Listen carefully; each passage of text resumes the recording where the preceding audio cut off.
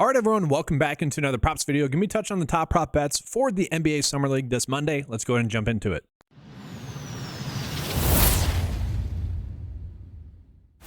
Just a quick recap from yesterday, however, pretty decent day. I mentioned that these three prop bets right here were the top three prop bets that I'd be going out of my way to target. And then these three were the next three best, but I wasn't as committed to those. And so I also was able to run out another bet like this as well. And obviously I mentioned that if we weren't betting on Terrence Shannon, where his line ended up getting bumped throughout the day yesterday, then I just went with Rob Dillingham. And I kind of mentioned that I didn't think those two would heavily correlate well together. Like if one had a good game, the other one would be less likely to.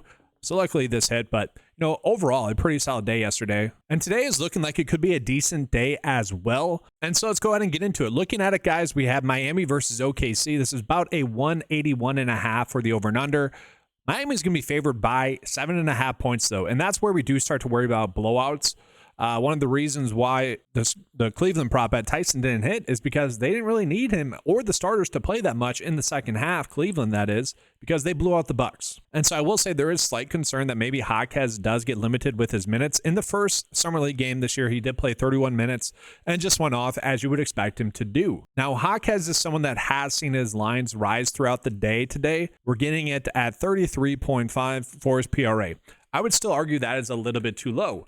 You look at where DraftKings Sportsbook is giving his lines for today. They have him at minus 240 to get over 4 assists. So that tells me the line should probably be at 5. They have him at minus 110 to get over 25 points. So already he's at like 29, maybe 30 for his PRA. Tack on the fact that they have him at minus 105 to get over 8 rebounds. That's about 38 for his PRA. That's what the line should be for his PRA. And so, yes, we can get our exposure here, but I do want to call it his line on pick 6 is 32.5. So this is kind of like 2 sites ago on some sites here where we are getting a slightly better edge today on pick 6 rather than on PrizePicks or Underdog because some of these lines have been bumped. So I do like the idea of going Jaquez over on DraftKings pick 6 rather than on PrizePicks or Underdog. And look at that. Underdog literally just bumped this up to 34. So that tells us they're trying to correct their lines for it to be a little bit better, as it should be, really. Another player for Miami that we need to look at is going to be Ware. Ware is a big for Miami who ended up getting 25 minutes last game, which compared to some of the other players, maybe not as much as you would have expected, but had himself a good game. 3 blocks, 3 assists, 3 rebounds, and 17 points. If you look at his line for just his points and rebounds today, he is very close and probably should be able to get over his points, rebounds, and assist line today. And I say that because, again, looking at DraftKings Sportsbook, they have his points set at between 15 and 20, and I'll give you the lines for it. Minus 240 to get over 15 points, plus 160 to get over 20 points. So that tells us that the line should probably be around 16.5, probably closer to 17 there. Great. They have his rebounds line set at 10, and that's at plus 100. So almost a 50-50 for him to get 10. And so we're seeing the line on Underdog at 8.5. That is probably a little bit too low. But when we combine those two already, that's telling us that maybe his points, rebounds, and assists is one that we should attack because, again, combining just, let's say, 16.5 points and around 10 rebounds, maybe 9.5, he should be able to get the over just in that. And then you add on the fact that last game he was able to get 3 assists. We don't need that many assists. We need maybe 1, to gain an edge.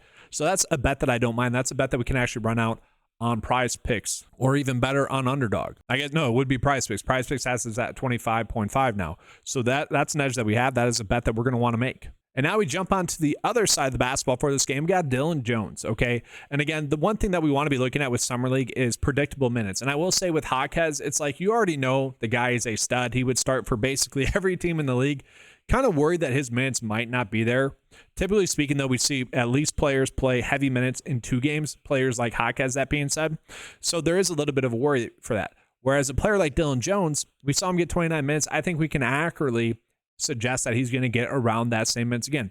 Rotations and what coaches want to see do change, though. At the same time, I do think a team that maybe won their first game is more likely to try to win rather than, spread out their rotation rather than get some looks at players. So Dylan Jones, I do think we can hope that he's still going to get those minutes. And if he does, he's looking like a great bet for us today. Jones is going to be someone we could potentially bet on both sites as well. You look at his assist line, it's at basically, it should be at like 5.5. So I wish we were getting a points, rebounds, and assist line for him. It's probably a good thing that we're not. Well, I guess for Actually, more so for PrizePicks and Underdog. It's a good thing that we're not. But his points prop is set at 15, minus 150. So really not that big of an edge there. Actually, we'd probably be better off betting the under 16.5 points. And then rebounds is set at 8. That's minus 125. So at 7.5, probably a little bit too low. All in all, though, he's probably someone we don't need to be targeting. And then going back to the Miami Heat, we do have Larson here, where he did get 24 minutes in the last game. His points line is set at 10, but it's plus 110. He is someone I don't think we'll get props on for the day. Hopefully not, actually. And so we probably just don't need to worry about him. And then looking at Mitchell, just as an FYI, the lines seem to be pretty good. Now, he did get 30 minutes, however, 15 points. I just feel like his production that he had was pretty solid. Did shoot the ball 18 times, though. That is something worth noting. I mean, that is a lot of shot attempts. If he shoots that again, you would hope he'd be able to get over 15 points. But given the lines that we're getting, I just don't feel the need to attack that. So let's go ahead and jump into the next game, which is going to be Detroit versus Houston. We look at the game total here, 182.5. Houston is actually favored by 8.5 points, mostly because Reed Shepherd and Cam Whitmore have been dominating. So let's go ahead and start with those two. And I should mention, guys, I am going to go more in depth with these earlier games simply because we do have the DraftKings data going off it. I can make my own personal opinions on the players because I've been watching a lot of the games.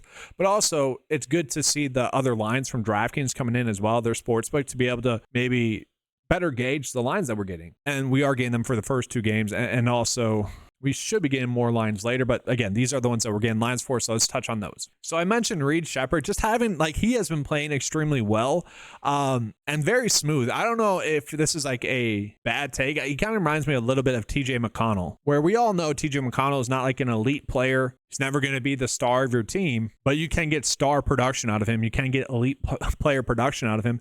That's kind of how I feel about Reed Shepherd in some ways. And he is someone today that has seen his lines kind of adjust throughout the day. And I'll say again, the lines that we're getting on him are probably too low. He is minus 285 to get over 20 points. And so both these lines are probably wrong. He is minus 205 to get over 6 assists. Also a very good edge that we're getting on his over assist. Rebounds, minus 140 to get over 6 rebounds. And so the line that we're getting on him for points, rebounds, and assists is vastly too low already. His points prop probably should be around 24. And so let's just do that. 24 plus 6 rebounds plus 6 assists. He is well over that PRA. And again, guys, looking at pick 6,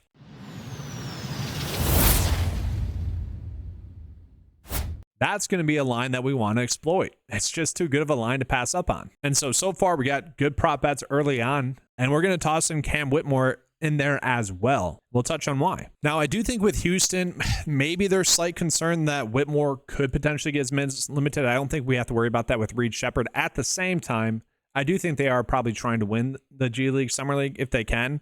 And so I do expect Whitmore to still get this work. And he has been playing extremely well, been playing around 30 minutes, obviously having good games. He is their best G League player. It's pretty obvious if you guys watch it at all. Kind of expected him to have this Summer League, and he has been. You look at it, the lines that we're getting on him today, minus 115 to get over 15 points from DraftKings Sportsbook. So already we're seeing a decent edge there. Now that's a lot. And again, with DraftKings Sportsbook, just to make it very clear, they're not giving us unders as well. So we aren't getting a true indication of what that line is. Okay. So it's tough to put probabilities on it. That's why I'm kind of saying we are probably getting an edge on that. I just want to make that clear. That being said, they have his rebounds line set at 8. For him to get over 8 rebounds, it's at minus 210. That is a very good line. And so just by that, he should be able to get to his points, rebounds, and assists. He is someone that has been averaging 4 assists as well. And so you tack on, let's just say 2, and we're sitting pretty with his points, rebounds, and assists. And so again, looking at the lines that we're getting on both sides, they have since bumped those up throughout the day. And so that's why I would say on pick 6, we want to be attacking that. And like 2 days ago, on paper, these are the 2 best bets that we are getting, or 3 best bets that we are getting. If you want to run this out on pick 6, by all means, go for it. Let's go ahead and jump into Detroit. And so we are getting some lines for Sasser here. Did not have a good game, 30 minutes and only 6 shot attempts. I mean, that is pretty crazy. His line is not good for his points, I would say, plus 250 to get over 20 points. And I say that because he did play 30 minutes. You would expect him to get 16 shot attempts up, honestly. And so for me, he's going to be someone I'm just staying away from today. I just don't feel the need to go in on him. That being said, we look at his teammate Ron Holland. I wouldn't say we're exactly getting edges on him. DraftKings Sportsbook has his points prop line set at plus 160 to get over 20 points. So again, probably closer to 19 points. Then it's also at 6 rebounds. And so again, you maybe tack on 2 assists. You probably should be able to get that over points, rebounds, and assists. He did it in the last game, but do we need to go in on that, especially if Sasser is going to get some more shots up? That's my biggest concern there. So with that, guys, let's go ahead and jump into Dallas versus Memphis. We do need to get news and confirmation that Zach Edey is either going to be active or inactive. He has out the last 2 games. It wasn't really that big of an injury watching it. It didn't seem like his ankle was bothering him that much. They're just being heavily safe with it for him to not get more minutes. So I do expect him to play. If he doesn't, GG Jackson, Jake LaRivia are going to be huge beneficiaries. If he does play, I kind of expect GG Jackson or Jake LaRivia to potentially sit. Looking at the game lines that we're getting for this game, Memphis is favored to win by 6, and it is another 180.5 for the game total, so interesting there. And so again, we do need to get confirmation on Edey or not. And if he sits, I think we'd be looking at GG Jackson to have another good game. Played 32 minutes, 17 points, 7 rebounds, and he is extremely young. You know, it's coming into his second season. It doesn't make sense for him to get a lot of run in summer league, just in the sense that he probably will get a lot of minutes for Memphis during the regular season.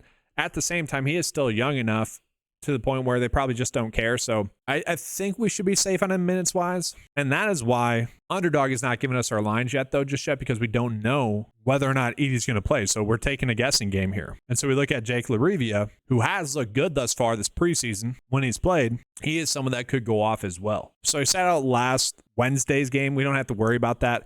Did play on the 12th. Had a good game, 34 minutes, 22 points. You know, he's solid. He's a solid producer. And so if those two do get minutes again with Edey out, I expect LaRivia to have another good game. We just don't have that information just yet. So then we jump into the other side of that game.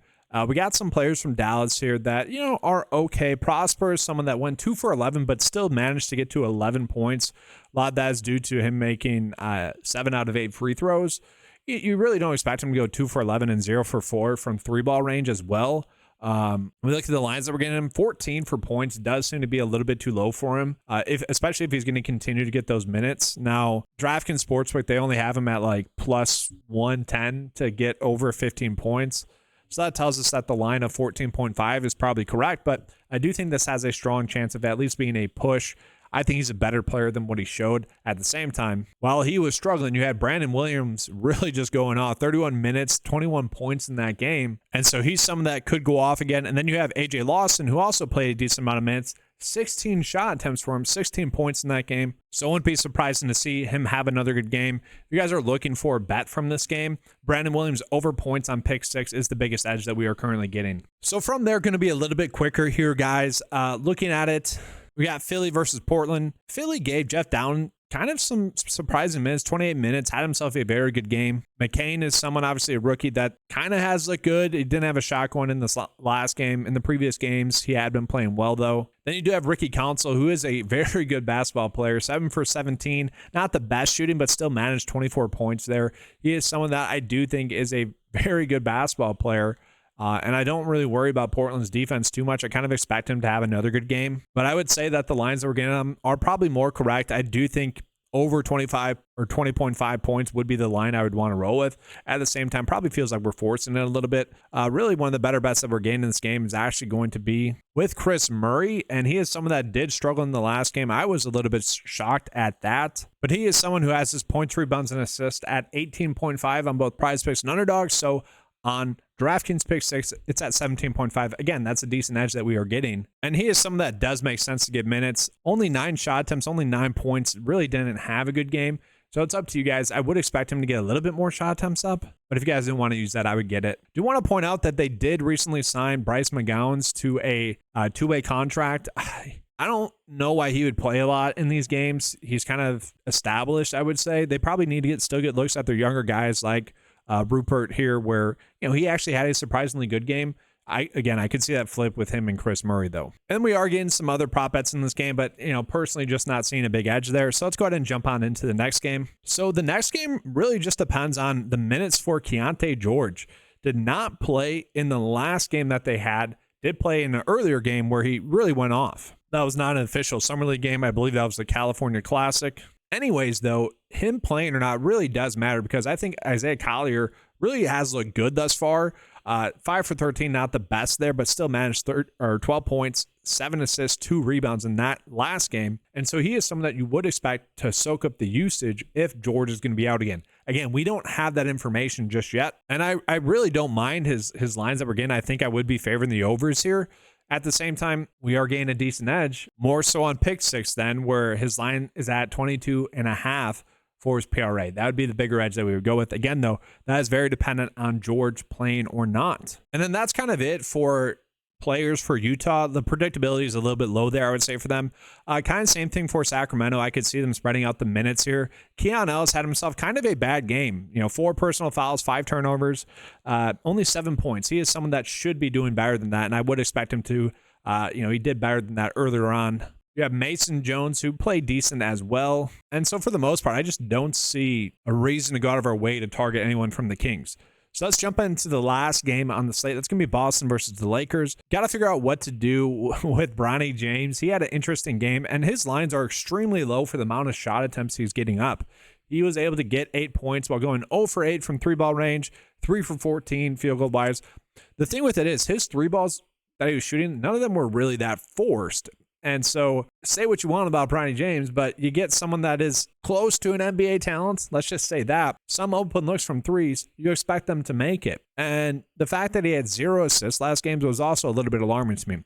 At the same time, I think he has proven that he's not an NBA player. Will they still give him minutes knowing that they want to get looks on other players that are potentially going to be making the roster? There is that balancing act. At the same time, it makes complete sense for him to still get those minutes. So that's kind of a weird balancing act. I don't mind the idea of doing his over points, rebounds, and assists. Again, 0 assists, still managed 8 points. His line, 4 points, is at 6.5. He is someone that is trying. I think that's a big thing. And when you're trying, you are going to get some rebounds. Should be able to get some more assists, at least 1. And, man, should be able to make some 3 balls. So I don't mind that. Again, probably feels like we're forcing a little bit. And looking at Dalton Connect, who has been playing much better recently, we're seeing we're getting a slight prop line difference here for him. 28.5 is his PRA on PrizePicks. 29 is his PRA on Underdog. But again, looking at pick 6, very big edge there. This is probably the biggest edge that we are getting without looking at DraftKings Sportsbook data because we don't have that just yet. And so we have a decent 4-slip bet that we can run out. That'd be Reed Shepherd, Cam Whitmore, Hawkes, and then Connect for over their PRA. Pretty solid edges that we were getting with those ones. So with that, let's go ahead and jump into the bet of the day. Again, going to be probably attacking it more on pick 6 today. This is typically a PrizePicks and Underdog video, so I want to give you guys a bet of the day there. Right now, as it sits, we are getting a slightly better edge, it would seem, on PrizePicks with some of these prop bets. That being said, it can flip throughout the night. I've seen a lot of lines adjusting throughout the day between PrizePicks and Underdog. Underdog seems to be a little bit more aggressive with moving their lines up and down, probably based off of volume of bets.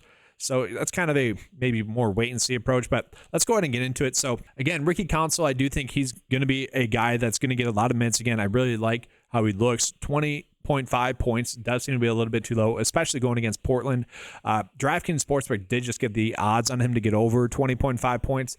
Minus 180, so not a huge edge, but still decent. Ware is definitely the best bet on paper on PrizePicks today, especially in comparison to where we're not getting edges on PrizePicks, if that makes sense. Or sorry, pick 6, because obviously Reed Shepherd, Cam Whitmore, we're going to be placing their bets on pick 6 instead. But Reed Shepherd to get over 20.5 points is already a strong bet. He's done that the last 2 games. Minus 200 on DraftKings to get over 20 points. And then Cam Whitmore, PRA-wise, he should be able to get the over just on his points and rebounds. And then Donovan Clingan, over 10.5 points. This is one that just popped up. They're giving him minus 200 to get over 10 points, so decent as well. Again, more of a pick 6 day. I would love to give you guys an underdog bet, but I think the lines that we're getting today are presenting some slightly better edges on PrizePicks, especially for overs. And you guys can kind of see that here with the prop line differences. Like we're getting one where we'd probably go with the over on underdog, maybe Dylan Jones, Isaiah Collier there for over his PRA. That's a bet I don't mind. But again, flipping around, especially if you're looking for more overs, the edges that we're getting is slightly more on PrizePicks. But that's going to be all for today's video. Sorry for the late upload. I wanted to wait until we had the most amount of information possible. It also is the Open Championship this week in golf. Just hit a 66-1 winner last week. So check out the 9 to 5 Golf YouTube channel if you guys want the picks for that. All right, thanks for watching. Good luck. And as always, let's keep cashing.